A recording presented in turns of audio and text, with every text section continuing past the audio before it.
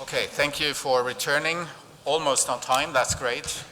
And my apologies again for being so strict with the timing, but the reason for this is that we have a very, very tight schedule. We don't want to extend the time too much, and we have 7 people here speaking to you now in the next 60 or so minutes. I may very briefly introduce them to you in alphabetical order, the 4 panelists first, and then the respondents. We have Professor Dr. Christiane Ahlborn sitting next to me, who is a professor of public international law at Trinity Trinity College, Dublin. Some of you might have met her because she spent quite a few time here in Vienna quite recently. She is an international lawyer and an expert inter alia also for issues of international responsibility, treaties, organizations, human rights, refugee law, etc., also in the context of AI and nuclear weapons, nuclear developments, which is one of the reasons why I'm very happy that she's here. Next to this, we have Professor Dr. Jeanette Gorzala, who is an Austrian. She is a lawyer, an Austrian, she's a lawyer. She is an advisor to implementing EU AI regulations and inter alia. That's the main reason why she's here. She is the vice head of the Austrian consultancy body on AI-related matters. I have the privilege to learn from her in that body. If you have not heard yet of this, this was installed by the Ministry of Finance last year, this spring actually, and it tries to actively advise the Austrian government in AI-related matters. Then we have Magister Otmar Lendl, who is a Senior Information Technology Security Analyst at CERT.at. CERT is the Computer Emergency Response Team, one of the main instruments we have in this country when it comes to security-related incidents and to fight against security-related incidents. And then last but not least, Engineer Magister Markus Popolari, who is Chief Digital Officer of the Federal Ministry of the Interior and inter alia Compliance Officer of the Direktion Digitale Services, DDS. Lawyer by training, also with a technical background, very long expertise in public administration in Austria. And then, so those will be the 4 speakers. We agreed with them that they should take something like about 5 to X minutes, but preferably being rather short. And then we have 2 respondents whose role is to interact with those and reply to those interventions that we heard, and then also to open the floor for interventions coming from the audience. And this is now not in alphabetical order because one of the 2 is one of the hosts here. So it's Diplom Ingenieurin Dr. Johanna Ullrich, who is a researcher and teaching staff at the University of Vienna and key researcher at the SBA Research on Networks and Critical Infrastructure Security here in Vienna. And then it's Dr. Christoph Campregher, who is head of, as you know, because he introduced himself already at the beginning, he's head of IT security at Vienna University Computer Center. As I said, we will keep it as short as possible here on the panel and then hopefully keep it as interactive as possible. With your interventions, please feel free to intervene. We are recording this, but we are recording only the panel, so the audience is not recorded. However, if you speak up, you will be obviously on stage somehow, but not with your face, just with your voice. That's all from my side. You have the floor, please. Thank you so much for this very kind introduction. I'm delighted to be back here. I should say thank you to the Trinity Trust, which is allowing me to be here supporting the trip, coming all the way from Ireland. I could comment on the 2 keynote speeches more generally, but I'm afraid I would go very abstract, but maybe this is exactly why I was invited. We got a number of questions before coming here, and one of the questions was, can international corporations shape cybersecurity policies for AI, and what are the key challenges in harmonizing these policies globally? So I'm going from a very detailed level of how AI and cybersecurity interact. Let me take you to a more abstract level, because the following speakers will probably be able to take you a little down again. So what's actually happening at the international level? Because something that's often not understood at the national level is that, as we've heard, LLMs AI train on the internet. And the internet is necessarily, it's global, it operates globally. So the information that feed large language models are information that are like obtained from all over the world. So that is not necessarily seen by national regulators. I would say it's not necessarily even seen by those that have drafted the EU AI Act. And conversely, and that's a little bit ironically, global regulators do not see the interconnection between cyber security and AI at the moment. So that would be my introductory comment on this question.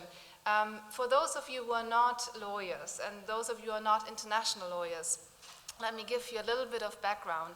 Actually, for the longest time, the internet was considered a wild, wild west. WWW, wild, wild west. There was no idea of actually regulating the internet at the domestic level or at the international level. It's only in the 2000s that we slowly got an idea that the internet should be regulated, and this idea or this need actually emerged in the contents of what we call the maintenance of international peace and security, like actually meaning the use of weapons, including nuclear weapons, but also other kinds of weapons. So states at the United Nations, starting in 2004, discussed how international law, including the laws that actually relate to armed conflicts, could apply in cyberspace.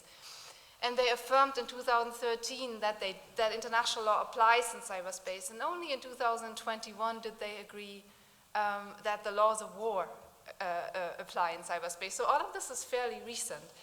The Austrian position on the application of international law in cyberspace comes from 2024. So that's how recent this actually is. So this whole discussion on cybersecurity, the application of international law in cyberspace, has been kept separate from initiatives on AI regulation. So that's a big problem when we speak about how, when I answer your question, how can international cooperation shape robust cybersecurity policies for AI? Right now, at the international level, there is not a lot of interlinkage. So I, for the fun of it, Controlled F, the Austrian position on international law in cyberspace for artificial intelligence or AI. And there's no mention of AI in the Austrian position on international law in cyberspace. So these discourses have been kept largely separate. And that is probably the biggest challenge that we see in creating more robust cybersecurity policies at the international level that then could trickle down to the domestic level that could help us actually to prevent the nitty-gritty that we saw in the keynote speeches today, hallucinations of AR models by feeding on wrong information, for example. It starts at the global level, but already like at the global level we have fragmentation, and that is problematic in terms of regulating. Maybe I want to end, because I'm not going to be too long, on a more hopeful note. The United Nations in September of this year has actually adopted a global digital compact, which is an annex to the Pact for the Future at the General Assembly this year in September. And this is the first document where I've seen that cyber and AI are connected with each other and treated in the same document. Why is that the case? It is the case because the problem is that we see a real digital divide between the global north and the global south, and that's why the United Nations have where the United Nations is focusing, and they see that divide regarding cyber and AI. The only thing that's really critical about this compact is that they leave out anything that's cyber warfare. So they focus on non-military uses of AI and cyber in bridging a digital divide, particularly regarding development. But they do not go into a third area, which is really important, the use of both AI and cyber in warfare. And I can assure you both AI and cyber are being used alongside kinetic weapons at the moment in conflicts like Ukraine or Gaza. And now I ended on a more negative note than I wanted to, but that's my comment on the keynote speeches. Thanks. Thank you. Thank you very much. It's my very... Okay. So we're talking about AI and I can't even switch on the microphone. Dialing it back. So thank you very much for the invitation. It's a great pleasure to be here. Thank you, Professor Forgó. It's an honor to be with you on the AI board and serve with aspects to legal and technology law. my comments on the overall development and also the questions we've received in the beginning that were addressed by some of the keynote speeches. And starting probably with one of the most controversial legal acts, the Artificial Intelligence Act. So I think you can either be pro-Artificial Intelligence Act, and we've also seen, of course, rejections and groups being contra-Artificial Intelligence Act. I think the AI Act had one tremendous positive impact, and in particular legislative process for the AI Act. It brought the topic of AI governance and AI architecture up to the global agenda. Before that, I think AI was more like a niche topic, also legally, but due to the initiative of the European Commission starting 2021 with the first draft of the AI regulation, global discourse started a lot. And I think it's important to think about how to design AI applications and models in a safe, trustworthy, and secure way. And I think this is one of the achievements of this legislative process, if we agree with the principles of the AI Act or not. If we look at the AI Act from a safety and security perspective, I think we will find very little. So the article on accuracy, robustness, and cybersecurity is roughly half a page, outlining that we need adequate robustness, safety, and cybersecurity as to the use case of the model, so not much. And also if we look to the general purpose AI models, we've also heard a few points on that.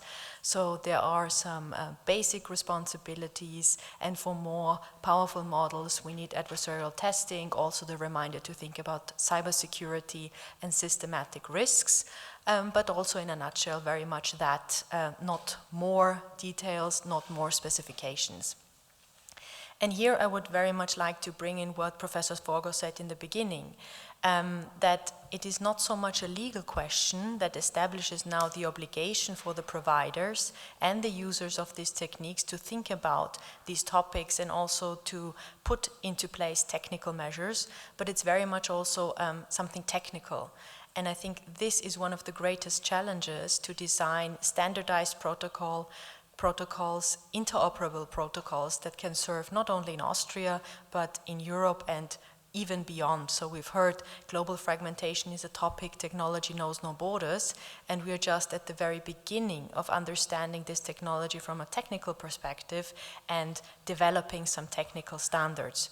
Those of you who are following the process, we know the standardization process was supposed to be finished in parallel to the AI Act and is now taking even a little bit longer. But I think technical tools can have a huge impact here and are a huge chance, because we've seen with our own eyes that we're not able to distinguish anymore. Is this picture AI generated? Is this a real voice? Is this true or false or something else or in between? And here we will need technical support on the cyber end, but also on the end of kind of like getting to know what is true or at least original again. So this on that, and we've seen, of course, the AI Act. It is not perfect. It is the first comprehensive regulation on artificial intelligence, the first comprehensive, not even the first, because the Chinese regulated before the European Union, but it is at least a starting point that gives a direction. If we compare the principles of the AI Act with the other initiatives, so the executive order, the AI Bill of Rights, both from the US, with the efforts in the UK, with the G7 process, we see the principles in broad are very much aligned. So it's about risk and impact management, it's about safety, it's about cybersecurity, it's about human controls. So the direction is the same, but the measures might differ, but still having some global common standards and principles will be one of the largest challenges, in particular in this very dynamic, technology-driven and also geopolitically fragmented environment. And to land on a positive note, something that is not often noted about the AI Act, although it's in the very beginning in Article 4, the AI Act obliges companies that develop AI, but also companies that use AI, to build up the necessary AI literacy. And I think AI literacy will be the main, let's call it, weapon in kind of like fighting fake news, in working with these technologies, in learning how to deploy and develop them in a safe way, because what we do not understand, we cannot manage and control. So developing the understanding broadly from a technical perspective, governance perspective, and so on and so forth, I think will be one of the greatest challenges, but also one of the greatest opportunities to master this technology for all.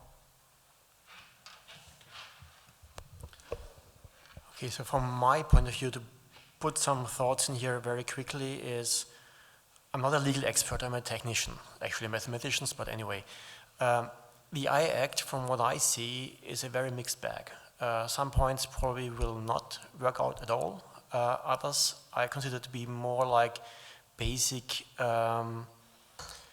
quality assurance for the companies. You have to make sure that you know what you're doing. And if you do anything with any new technology, that's something that you should be doing anyway. So I think that's a good point to go there and say, yeah, you really have to make sure that you know what you're doing.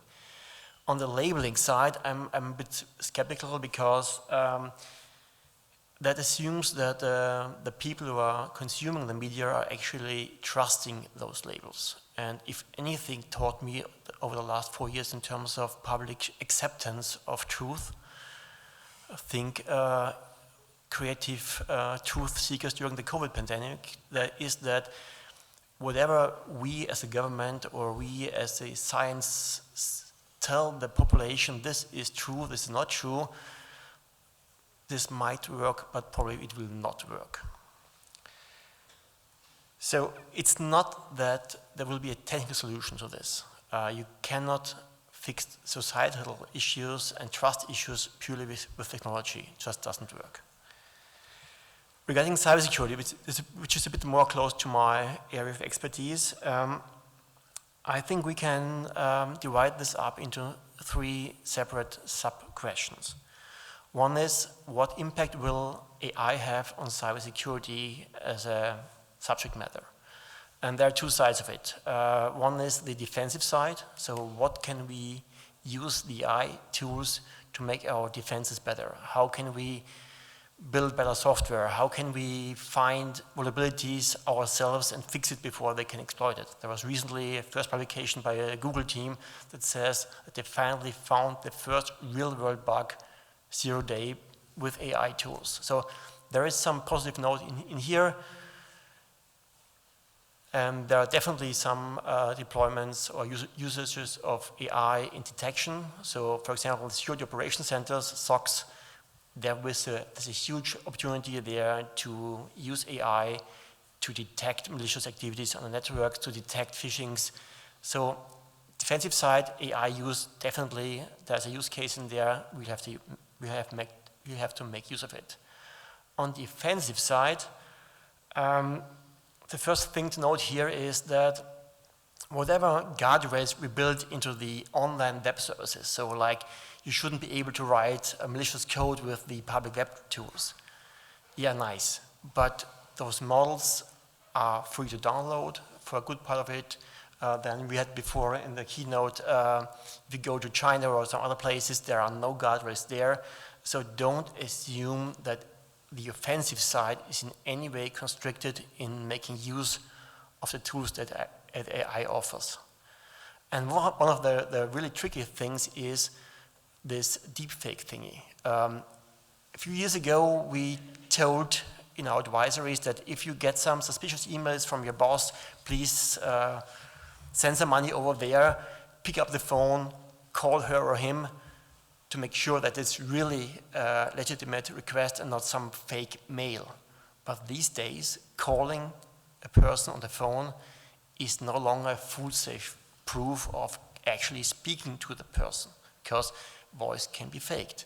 So the generic question of am I talking to a human and to the right human or not is getting harder and harder. I mean, we've been using CAPTCHAs for the last 20 years or so, and by now they're mostly useless because the old style CAPTCHAs are easy fodder for any AI system.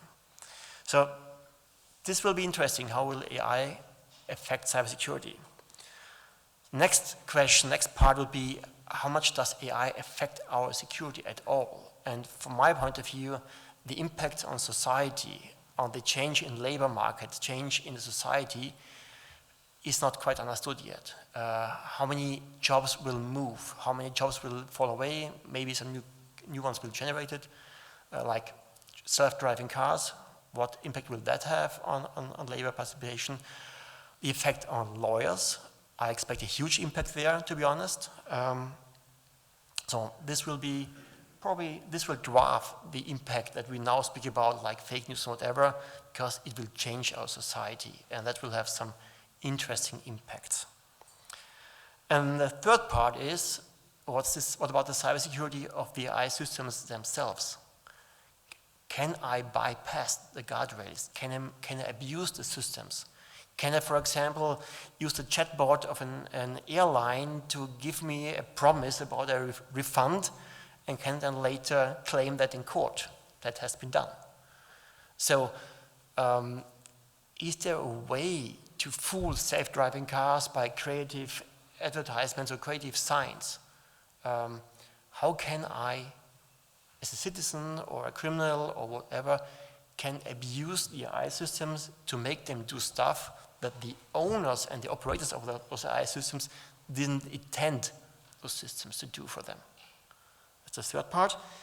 So, summary on the last question would be outlook. I think the most underestimated question for the future is just speed.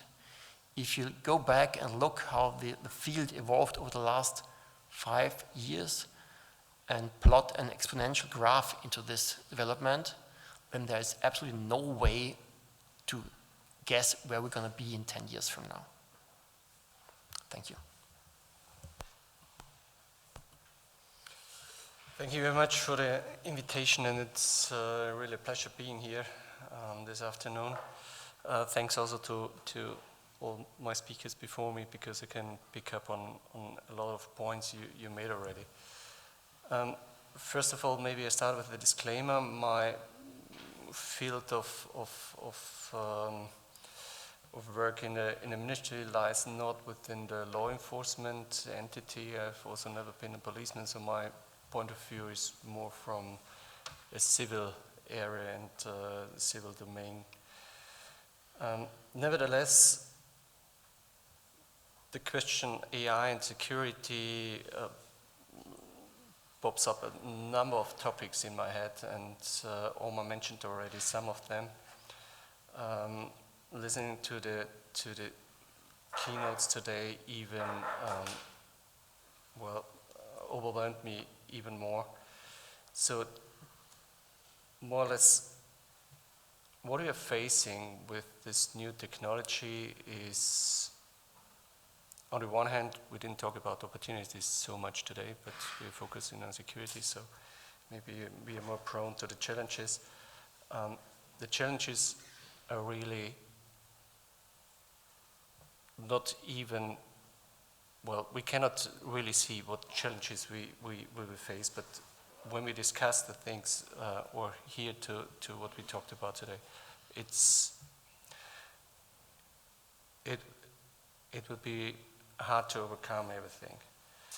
To structure this for myself a little bit, or to put things in a more simple ways, the challenges we're facing are not new ones. So at least that are the good news. The bad news is the quality and the quantity of the challenges we are facing and we will be facing, of course, is simply in a new area. Having said that, I would also pick up what Professor Forgó said in the beginning. The tools we can rely on now are more or less in the field of risk assessment, risk mitigation, how we deal with things. Do we have the right processes in place? Do we have plan B?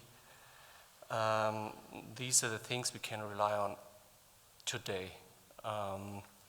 Also, Otmar said already before, It is information security and the procedures that are laid down, like, for example, in Network Information Security Code, where we have to really improve and put up more, get better in what we are doing.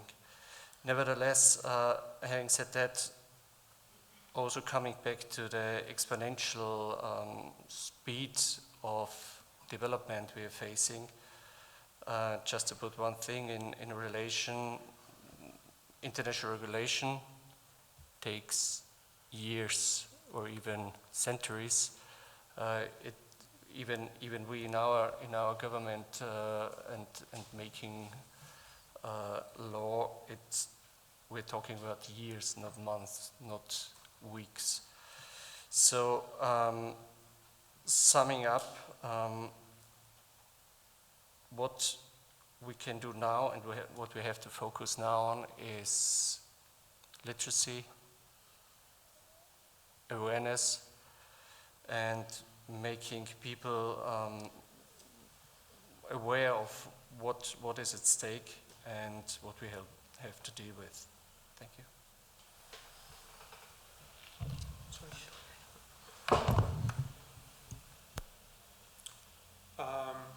For me, security is very much related to the concept of trust. And when I talk to people about artificial intelligence, I feel a certain feeling of distrust and unease, which we have also represented here in our contributions. Many people also feel that they lack the knowledge to trust AI systems. And coming back to the AI Act, the AI Act defines trustworthiness in terms of the acceptability of AI's risks. And it defines different levels of risks, from minimal risks to unacceptable risks and systemic risks. One could in general question this concept or centrality of the concept of risk in the AI Act. But if we talk about risks, then I see 4 sets or categories of risks, which I want to put or present for the rest or remainder of the discussion.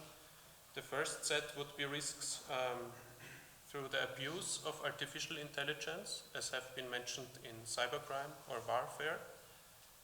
The second set has already also been discussed, which is our risks as a result of societal change and the use of AI in society. For example, what does it mean if hallucinations are influencing society? What does it mean for our concepts of truth and trust when AI can generate perceived facts on the click of a button? The third set is risks that have not been discussed so much today yet, but I see them as very essential, and that is the high demand of energy and resource consumption or resource need for AI systems, for the operation and the development. And what does it mean for acceleration of climate change and also for geopolitical conflicts around these resources? And the fourth category is the risk of further geopolitical dependency, especially for the European Union, regarding the production and operation of AI systems. We can see that Europe is largely dependent on software development in North America and the production of hardware in Southeast Asia and other countries. The resources come from other countries, are often not in Europe.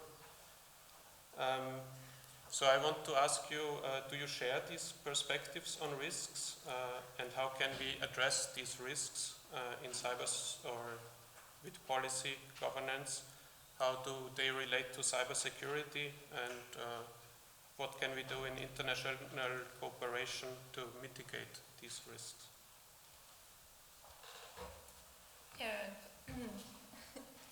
last but not least, I just want to play the Advocatus Diaboli here. And doesn't this altogether kill the virtual reality that we created in the last year and bring us back to, the real life? Because this is the only thing that cannot be faked properly. Well, while this might not be the answer to everything, because we're so accommodated to all this digital stuff, there are two final aspects that I want to add on. The one is that, in my perspective, all this AI stuff can kind of ruin the future vision that we have of our society. We have certain community goals that maybe not all, but a large part of the society agrees, like, for example, more diversity, more equality between men and women, and then we have AI that says, well, dear miss, you don't get a higher loan than your neighbor because you're female, and from the past we know that females just have lower salaries or whatsoever. Yeah? Also just a real world sample of the Arbeitsmarkt service, the Austrian, that was proposing non-gender sensitive jobs. If you asked a chatbot, you could have asked my grandmother, would have resulted in kind of similar responses. And the other thing is that we more or less throw AI on every problem, no matter if it has already been solved in the past with a bit more modeling. And how do we go on with that? So for the last, I also have some examples that pattern matching in the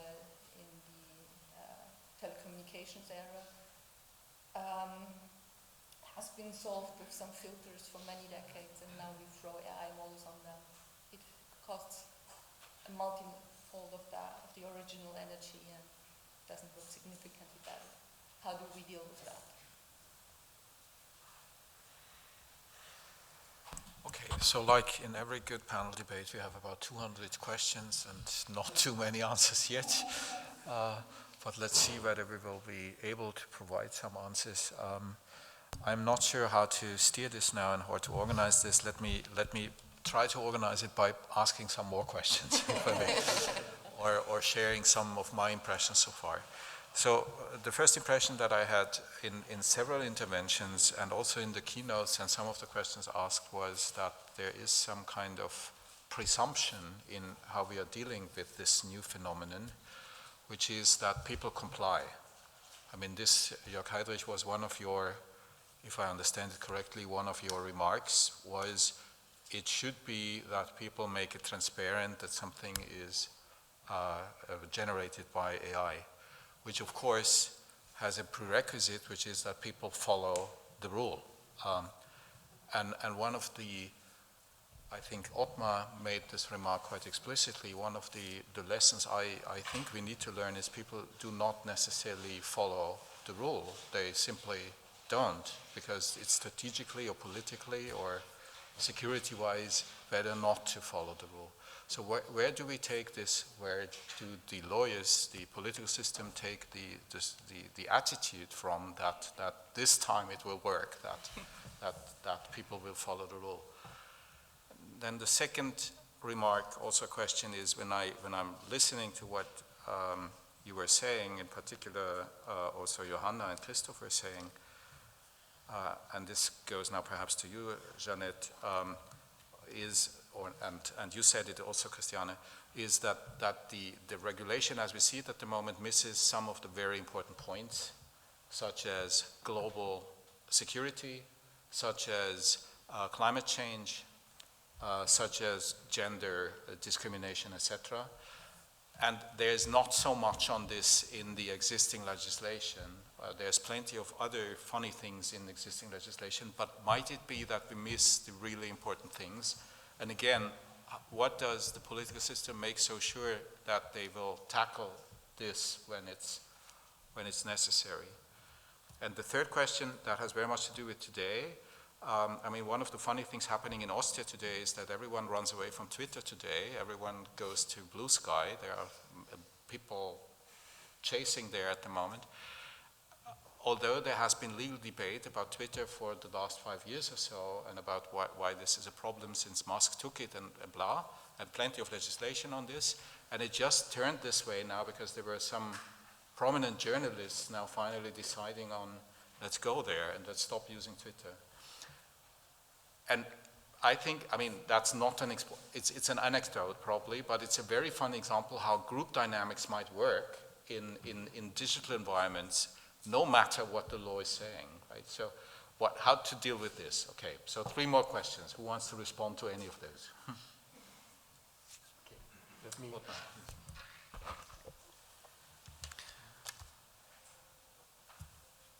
AI stands for artificial intelligence. It's kind of trying to mimic the human brain. So we shouldn't be surprised that we get an imitation of human behavior in some points in time. So the expectation that AI, if I feed it with the collected wisdom or non-wisdom of the human population, then I will get back answers that reflect that the attitudes of the people who have written all the input into that system. So to assume that the AI is more enlightened than the input that we gave it cannot work. So of course, to go back to Johanna, to you and your discrimination stuff, of course it will not be neutral and enlightened because we didn't feed it with enlightened material in the first place.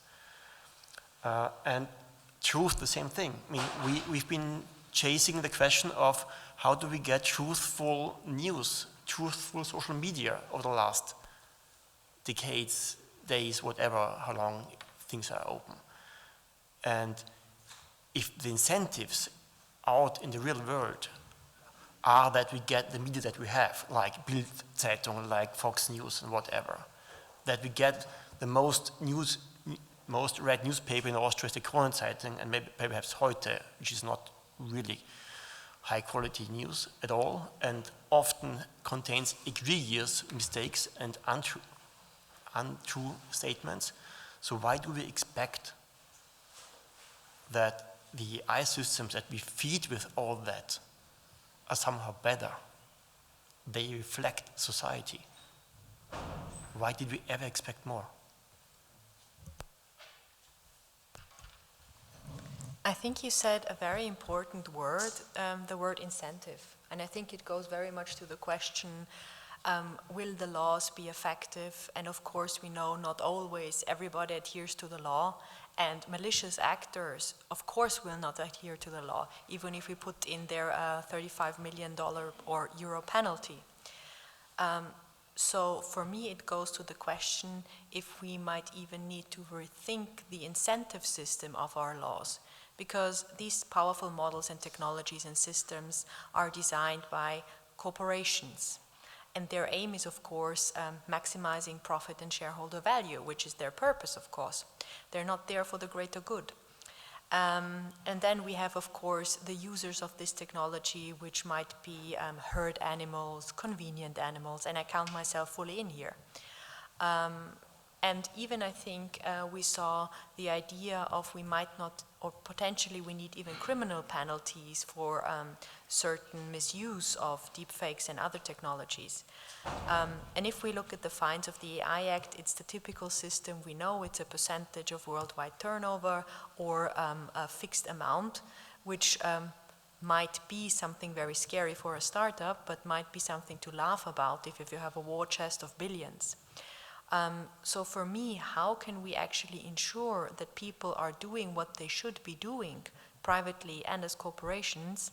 I think we need to reconsider how we are designing laws and penalties and aligning how we want people to behave with the consequences of misbehavior, and then of course also educate firstly, but then of course also execute those penalties, because the best law is worth nothing if you do not execute the penalty.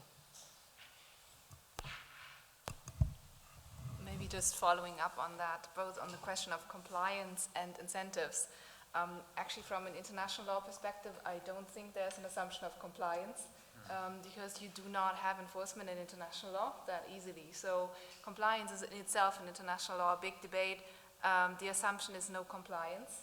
And the question then is, how will we create compliance? How will we create incentives to comply? And so we have different actors that we need to incentivize. Corporations might have an incentive to comply for economic reasons, for example. We need to, other than profit, you know, so they might want to explore new markets, and for that they have to fulfill certain standards. For example, they have an interest in having interoperable AI standards, which right now is not the case. I mean, I know we're working on this within the European Union, but again, there's a huge issue around the world that different standardization organizations are working on different standards. And that is a problem when the same standards are not applicable in the global south and the global north, you know. So that's corporations. It's obvious why the global south has an interest in having access to technology. AI might mean economic development and so on, but I think the big question is, how do we incentivize developed states? I mean, right now, I think I read somewhere,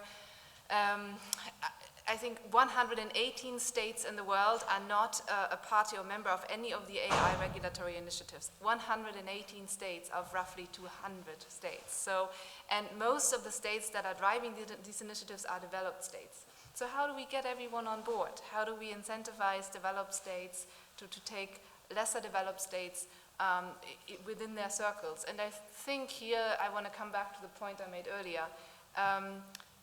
AI feeds on the internet, and it's a global space.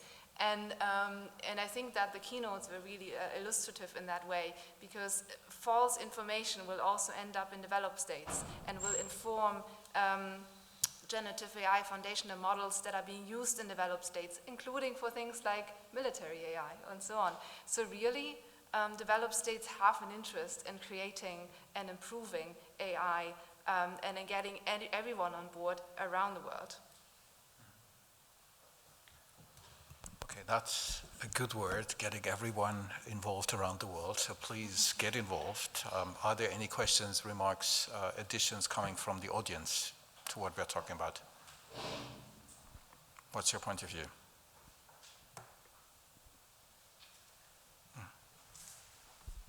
Well, thanks a lot for, you know, raising all those questions, but, you know, maybe for the risks that you've seen, I could add on one, the risk of not using AI and falling back in productivity and falling back in, you know, reasoning about what AI does and what AI could actually threaten us, you know.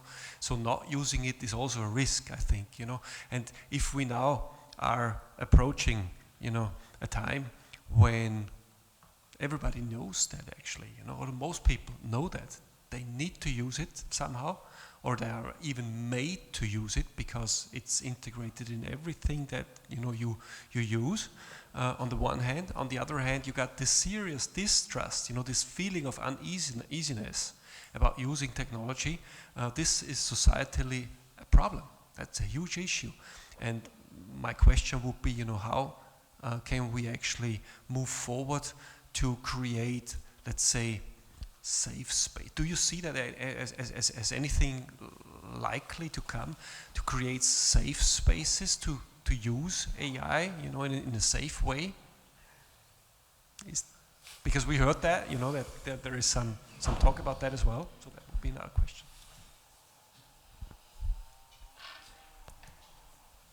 In my notes, I put in one question: what is being streetwise in an AI-rich environment?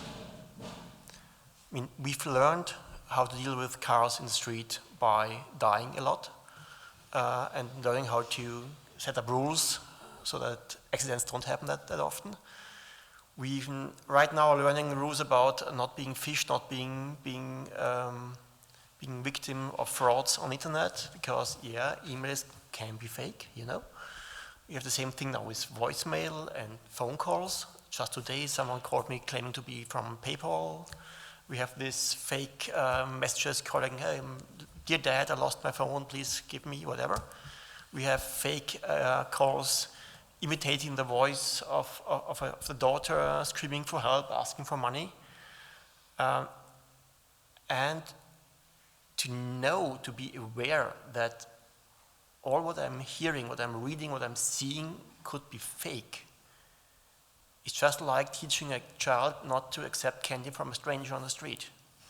How to be streetwise, how to live in a world where everything you might see on the screen may be completely fake, is something I think we're going to take a few tens of years to get into our brains, to change our behavior, which is actually a pity because it will reduce the amount of trust that we innately have in ourselves. Maybe it's going to reduce the incentive to help others because maybe that appeal for help is fake and just a ruse and trying to steal money. So this proliferation of AI will, because we cannot restrict it being abused by bad actors. I think that that ship has sailed. We cannot enforce this. So we have to learn that AI is out there.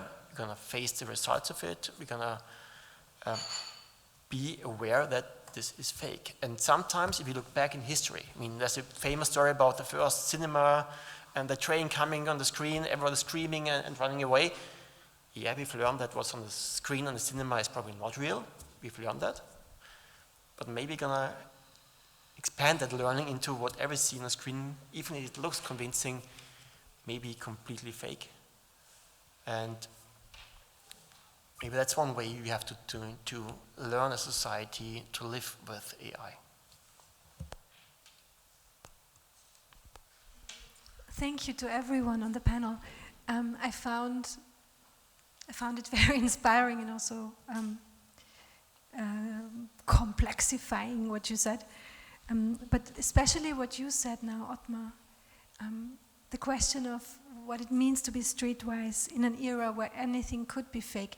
On the one hand, it could remind us of the introduction of any new technology, right? If we think of the introduction of telephones, people thought there would be the uneducated masses would rise and people could impersonate other people. So not all of that has happened. But nevertheless, given that we increasingly live in digital spaces, this is for everyone on the panel, do you think we will need better harm mitigation mechanisms in our society? Not only risk reduction, but harm mitigation. Are we moving towards a society that accepts that people will be defrauded, that people's identities will be stolen, there will be moral harms, and we need institutions that mitigate harm? That's their business. Do you think so?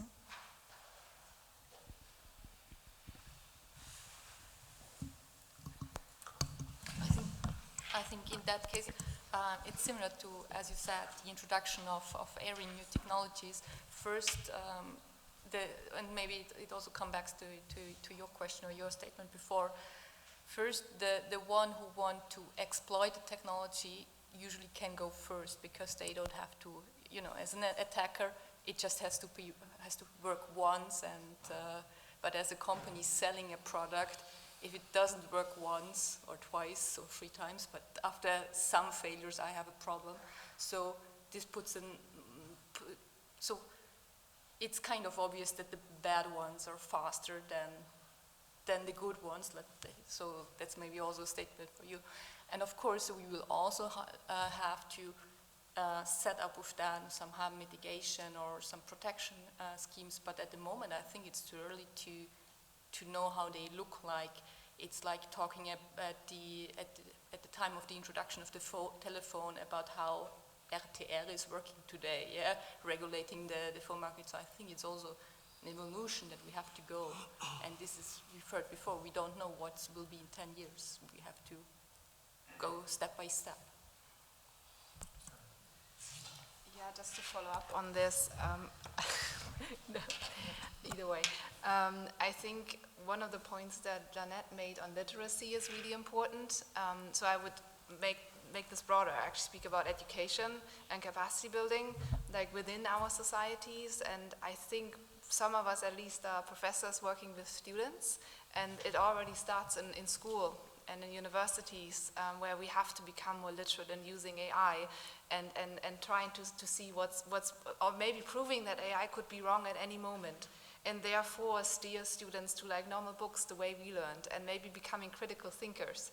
I think that's probably the biggest challenge of universities in schools right now, keeping that like idea of having the critical mind, you know, and not believing what the AI says, and looking at different sources. And I think this point of capacity building can again be extended to the global level. This is why the UN is all about capacity building and bridging the digital divide, because they're well aware that there needs to be more AI talent in developing countries to have secure and safe AI. And I think the other point I want to make relates to something that Johanna said earlier about just throwing AI at everything. I think we have to also ask the question, how much human do we want to keep? And I think this reminds me of an inaugural speech by Iris Eisenberger earlier this year. She also asked that question. Maybe we should more deliberately ask, what do we want AI to do, instead of just like throwing AI at everything. I have to give some counterpoints here.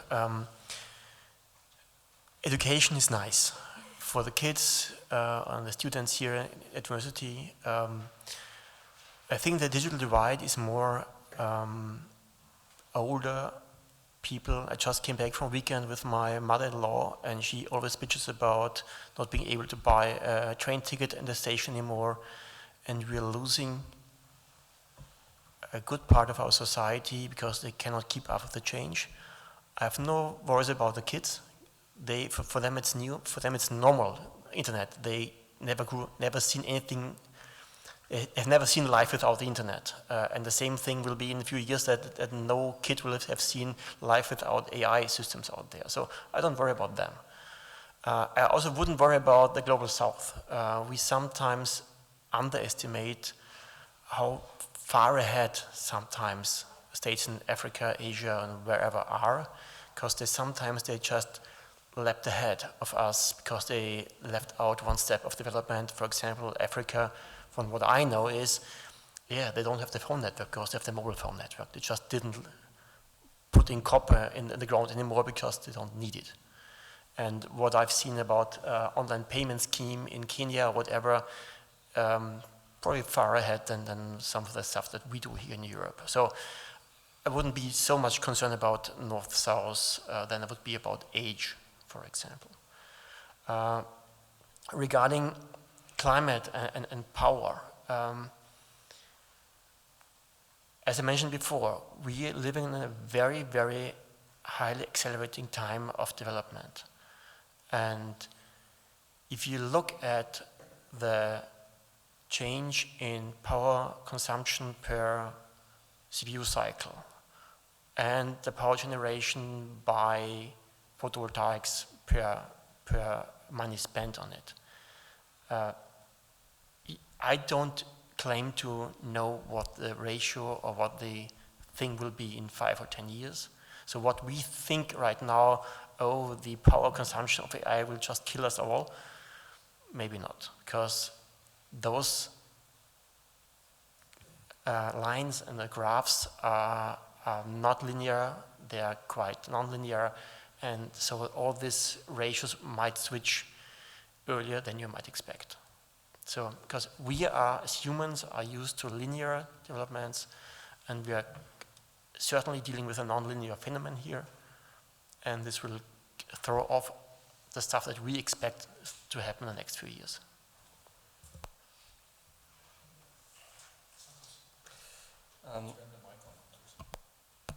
It's on? Maybe. I think it's difficult to answer all these questions because, as mentioned earlier, we are still at the very beginning of making use of this technology, and we don't even know how it will advance. That's why I think, and that's what I mentioned before also, is that we have to think about how can we improve resilience of our society in dealing with the challenges we are facing, and also that is something I mentioned before. They are not new. What is new is the quantity and the quality regarding fake pictures, fake videos, fake speech, what have you. And when you mentioned before, you said something about dealing with harm or having a plan B, something about that if it happens. Harm mitigation.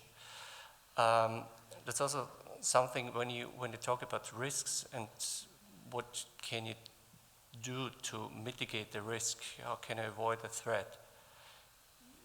You talk about the mitigation and what you have in place in case that the risks happen, the risk enters. So I think we are not there yet as organizations, as society, to really have thought through what it would mean to be resilient. What is our plan B if something like that happens to you? And that, of course, goes down to the organization itself. Meaning, or picking up what has also been said before, of course we will need regulations, be it with incentives, be it with other means to comply. Maybe it's because I'm coming from the Ministry of Interior, because our business case is to deal with people that do not comply. And that's of course then the focus. Well, how do we deal with all that? But speaking of the quantity that improved now is simply a question, and I have no answer to that yet. How can we deal with the quantity of criminal cases, for example, in regarding of, it was mentioned, revenge porn and so on. So there are a lot of things we have to think through and to discuss, and of course regulations will help us, but beside that we need resilience in the society to keep up with what AI will bring to us. And maybe just one last word, because we talked about safe space. Maybe the regulation on AI will make the European Union a safe space for making use of AI. But when I think of Mr. Musk becoming the person responsible for deregulating the government in the United States, I don't think that the US will follow shortly on a regulation on AI. So it would be quite interesting what will happen there.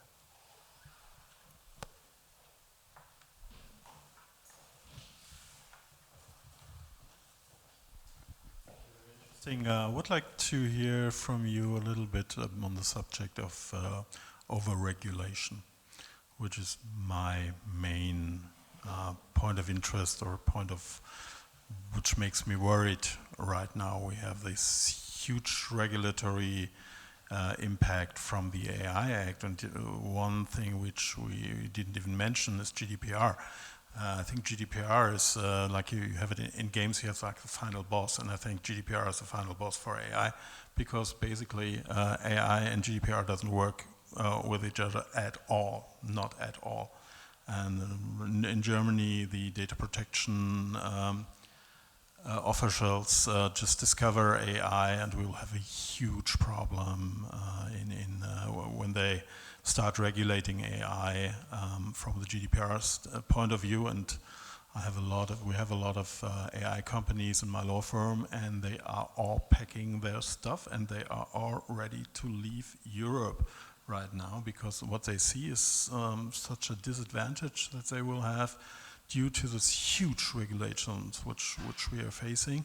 And my biggest fear is that we will have wonderfully, nicely trustworthy AI in wonderful sandboxes, which does work like 50% like unregulated AI, and we're gonna be in deep trouble, I would say deep shit, when it comes to our economy.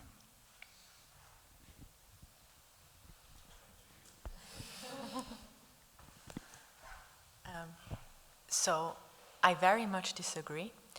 OpenAI just opened its headquarters in Paris last week. It was a huge blast. They're fully psyched about entering the European market and building their presence there.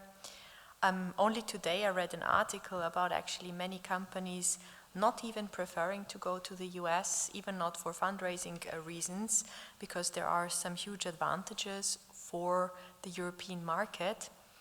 And I do not so much agree on this over-regulation topic, because if you look at the AI Act, it gives you, if we boil it down to what it is, prohibited AI practices and high-risk AI systems.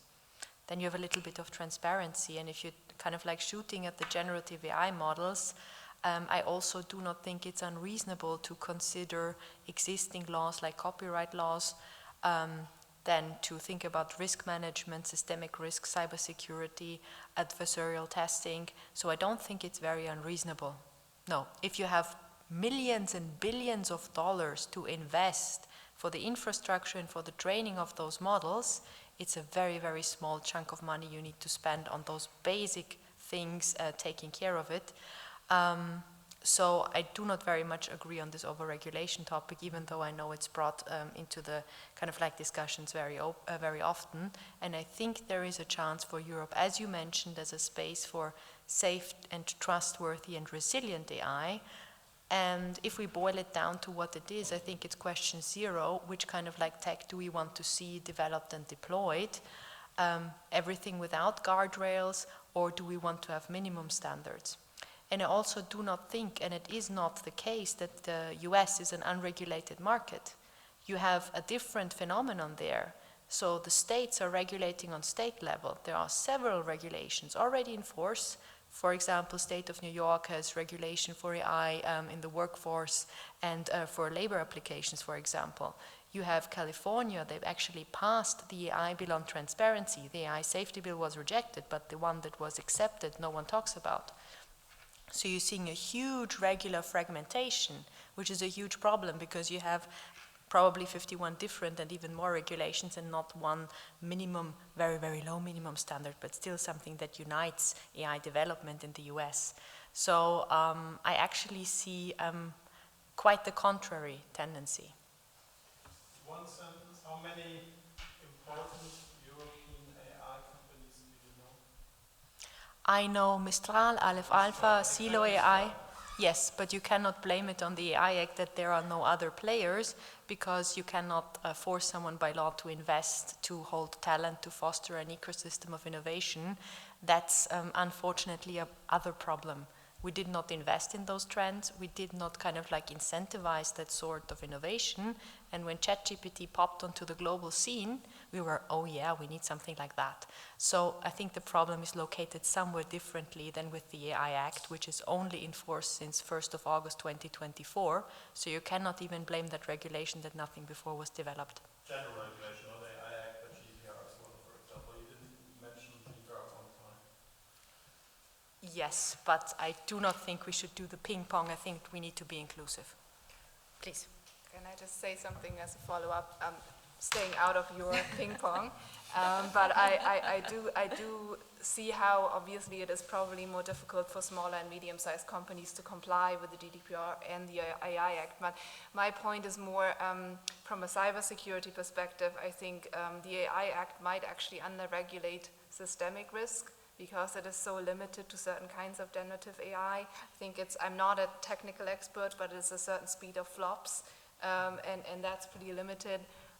Whereas, again, looking at this from an international security kind of perspective, this is problematic because we might be faced with cyber attacks at some point, and a lot more cyber applications actually pose systemic risk other than GPT-4 or Gemini or whatever, which is very limited. So there might even be areas in the AI Act where the AI Act from a cybersecurity perspective under-regulates. So maybe the regulatory focus is not in the right spot in some aspects. Thanks.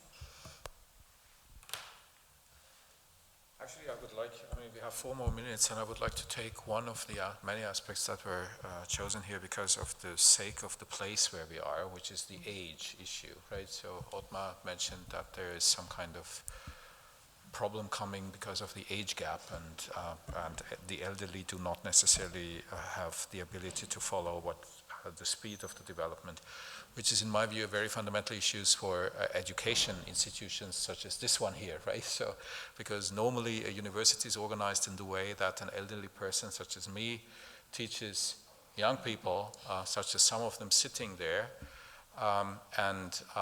If age is an issue here in adapting, this will become more complicated in a very, very fast speed. And I mean, it's relatively simple to try to keep the pace if you are doing cyber law or something like this. But if you do, I don't know, English or anthropology or history of art or something like this, not necessarily you are the one being the avant-garde in this, right? And my question now to whoever wants to reply to this is, how should universities or educational institutions react on this, apart from let the young speak and all this? I mean, everyone heard that already, but apart from this, do you have any suggestion? The first point what I would raise here is what skills are relevant to learn in an AI-enabled world. Is the stuff that you teach here still a skill that you need in 10 years when AI is a lot better than it is right now? That would be the first question I would ask myself if I would be teaching here.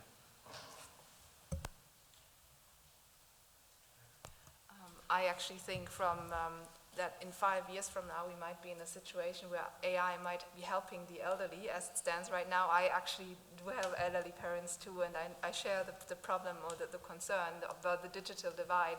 But I sometimes say to them, you just need to wait for 5 years and then AI will do your online banking, you know? So I think there we have a solution. But in terms of the teaching, there's a lot of resistance right now in legal teaching, for example, to employ AI. But I also agree here with your point. It is very much the reality that AI will be employed or is already being employed in the workplace. And that's precisely why I find it important to maintain that critical mind of the student. Because the students we have today will be the decision makers of tomorrow. And if they are not critical of AI, we have a problem. And so that's very much my attitude to teaching. And I think to the extent possible, even lecturers, as we are older than our students, should try to get the skills to teach them to use AI in the workforce in the future. Christoph? In my opinion, what I learned at this university was to critically question facts or concepts or output of any technology.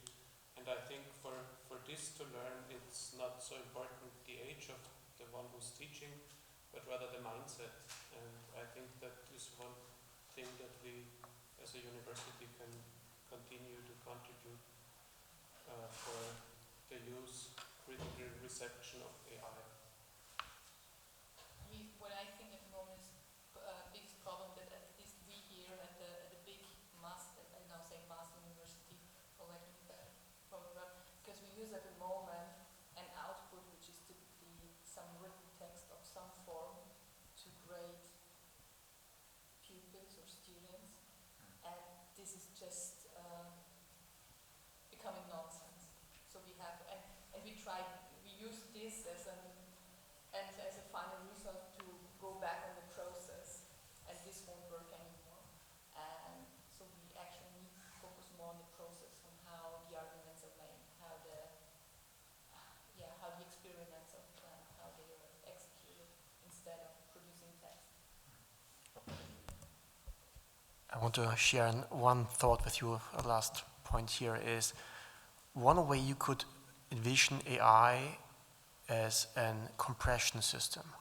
We all, these points, ones from informatics know that you can have a compression, you can use zip or whatever to compress data into smaller packages, or JPEG, big picture, into small file, and then expand it again to see the picture.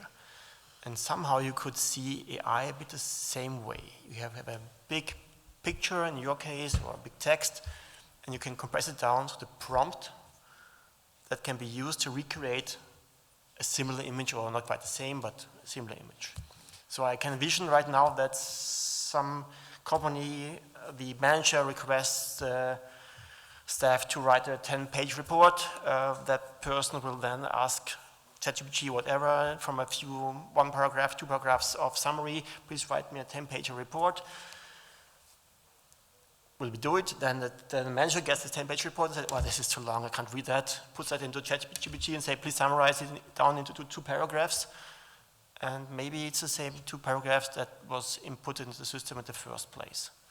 So maybe the value of text images,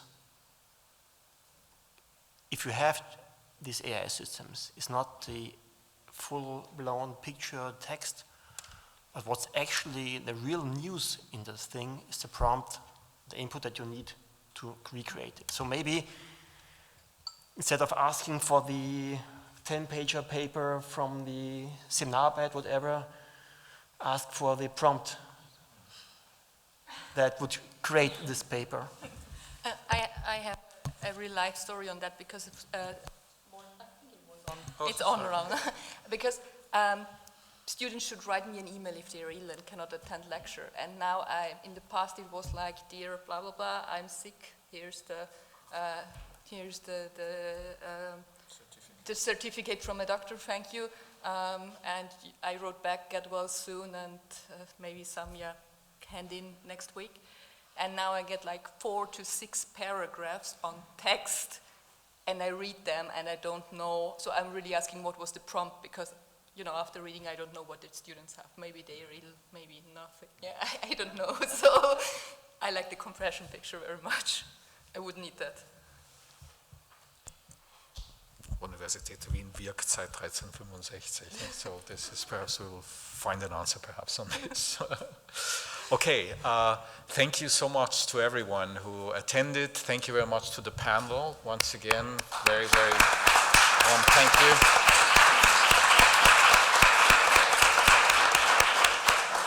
We have some cakes and coffee and soft drinks over here, so if you want to stay for some more minutes to talk, please feel free to do so. Have a wonderful evening. All the best. Thank you.